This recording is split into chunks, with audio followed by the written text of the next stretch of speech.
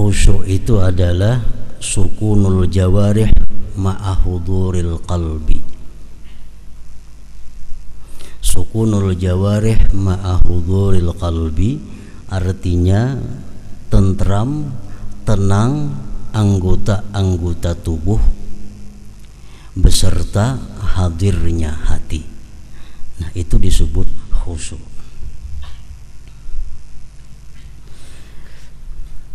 Maksud daripada sukunul jawarih, tentramnya anggota itu artinya anggota tubuh kita tidak bergerak kecuali pada hal-hal yang diperintahkan. Kepala, tangan, mata, batis, seluruh tubuh kada bergerak kecuali gerakan itu diperintah. Nah, itu ngarannya adalah sukunul jawarih.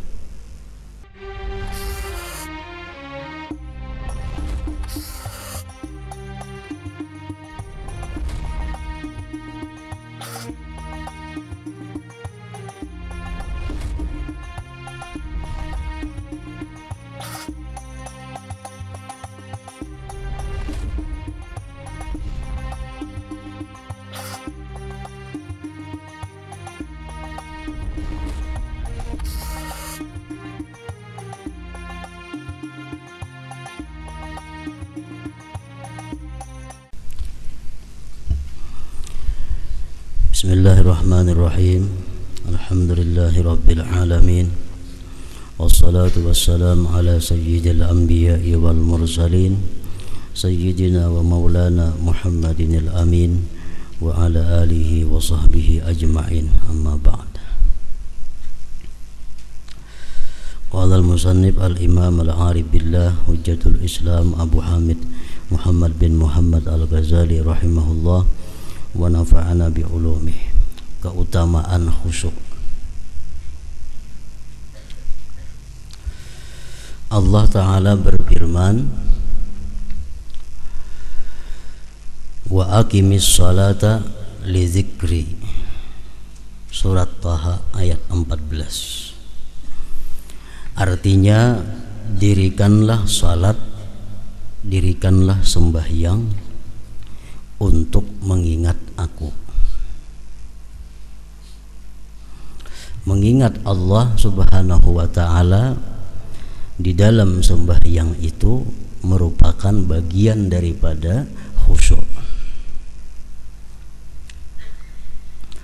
Para ulama menjelaskan atau menerangkan apa yang dimaksud dengan khusyuk di dalam sembahyang itu. Mereka berkata, khusyuk itu adalah sukunul jawarih ma'ahuduril qalbi. Sukunul jawarih ma'ahuduril qalbi artinya tentram, tenang anggota-anggota tubuh beserta hadirnya hati.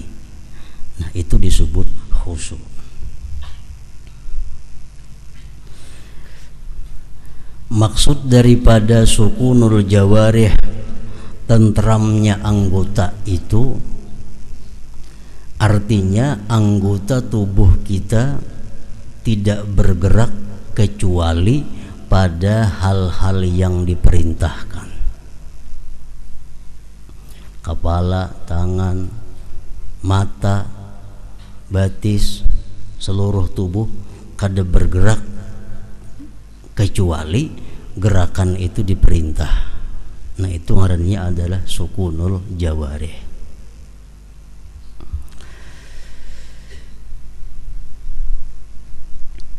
Ma'ahuduril qalbi, beserta hadirnya hati.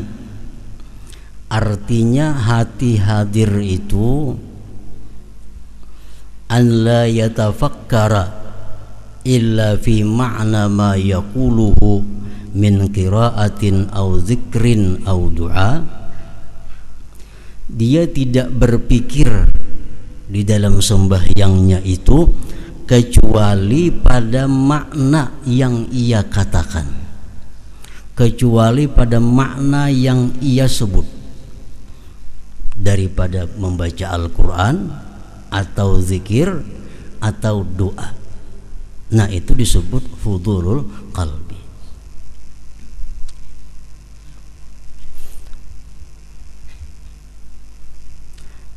Contohnya kita membaca wajjahtu wajhiya lillazi fataras samawati wal ard. Nah, sewaktu kita membaca wajjahtu wajhiya, itu hati kita memikirkan apa yang kita baca. Wajjahtu wajhiya lillazi, aku hadapkan wajahku, lillazi fataras samawati wal ard, bagi Tuhan yang menciptakan langit dan bumi. Nah, jadi hati kita mesti memikirkan apa yang dibaca oleh mulut kita. Itu ngarannya adalah hudurul qalbi. Kalau kita membaca misalnya alhamdulillahi rabbil alamin, hati kita ingat kepada kubur. Nah, itu bukan disebut hadir qalbi, karena kubur itu kada ada sangkut pautnya dengan alhamdulillah, walaupun kubur ini bagian daripada akhirat.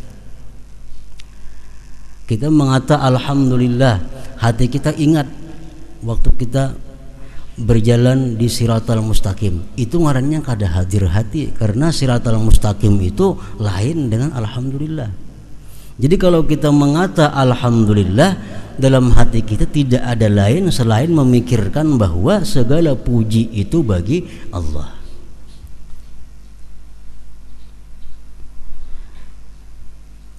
Zikir.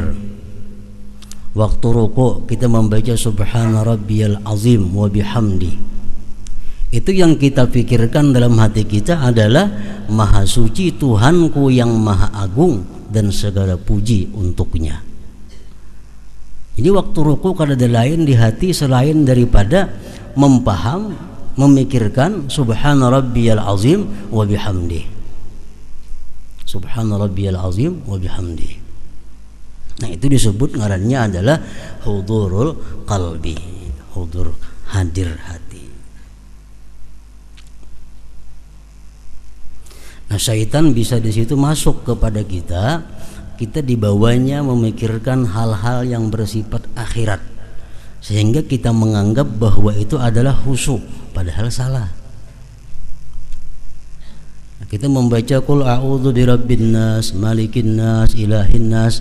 Syaitan mengkritikkan di hati kita supaya kita ingat waktu kita ditanya munkar nakir kayak apa, waktu kita kena di padang mahsyar jam apa.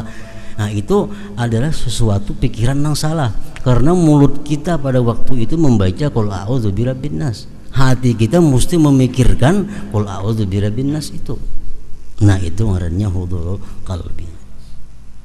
Doa dalam duduk antara dua sujud kita berdoa rabbighfirli warhamni. Nah, hati kita mesti di situ ada satu permohonan kepada Allah, ampunilah ya Allah aku, warhamni kasihilah aku. Nah, itu hudurul qalbi, hadir hati ngarannya.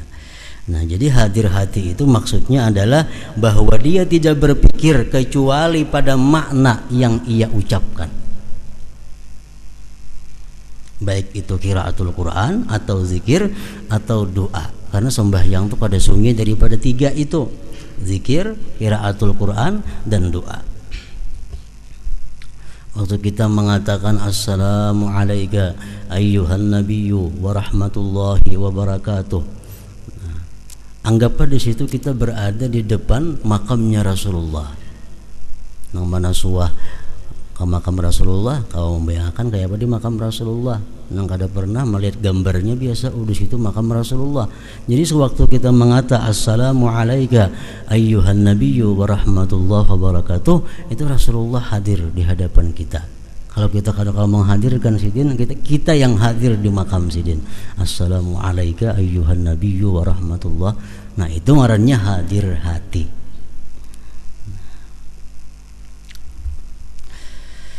Jadi ingat kepada Allah di dalam sembahyang itu merupakan bagian daripada khusyuk. Artinya dirikanlah salat untuk mengingat aku, jar Tuhan. Nah, kedudukan khusyuk di dalam sembahyang, Imam Ghazali mengatakan bahwa khusyuk itu merupakan syarat sah sembahyang. Kalau orang sembahyang itu kada khusyuk, bukan hanya kada diterima tapi kada sah.